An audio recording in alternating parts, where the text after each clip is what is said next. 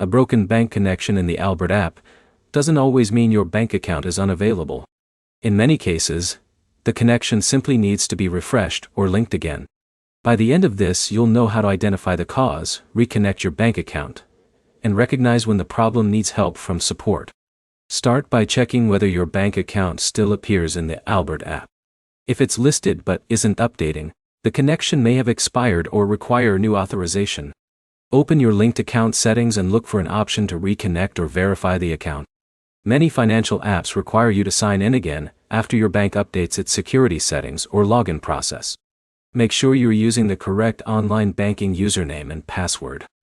If you recently changed your banking credentials on your bank's website or mobile app, you'll usually need to update them inside Albert as well. Next, verify that you can log in directly to your bank's own app or website.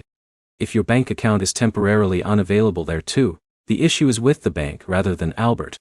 Check for any security alerts from your bank. Some banks require you to approve new device connections or verify your identity before allowing third-party apps to reconnect. Keep both the Albert app and your phone's operating system updated. Running the latest versions helps prevent compatibility problems during the linking process. If reconnecting doesn't work, remove the bank connection only if you're certain you can add it again. After removing it, follow the bank linking process from the beginning and carefully complete every verification step. Avoid repeatedly adding and removing the same account within a short period. Multiple failed connection attempts can sometimes trigger temporary security checks from your bank. If your bank recently completed scheduled maintenance or experienced an outage, waiting and trying again later may resolve the issue without any additional troubleshooting. When the connection is restored, review your recent transactions and account balance to confirm everything is syncing correctly. If the bank link still fails after reconnecting and confirming your banking credentials, contact Albert Support.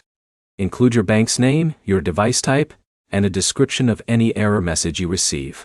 Those details help support determine whether the issue is account-specific or related to the bank connection service.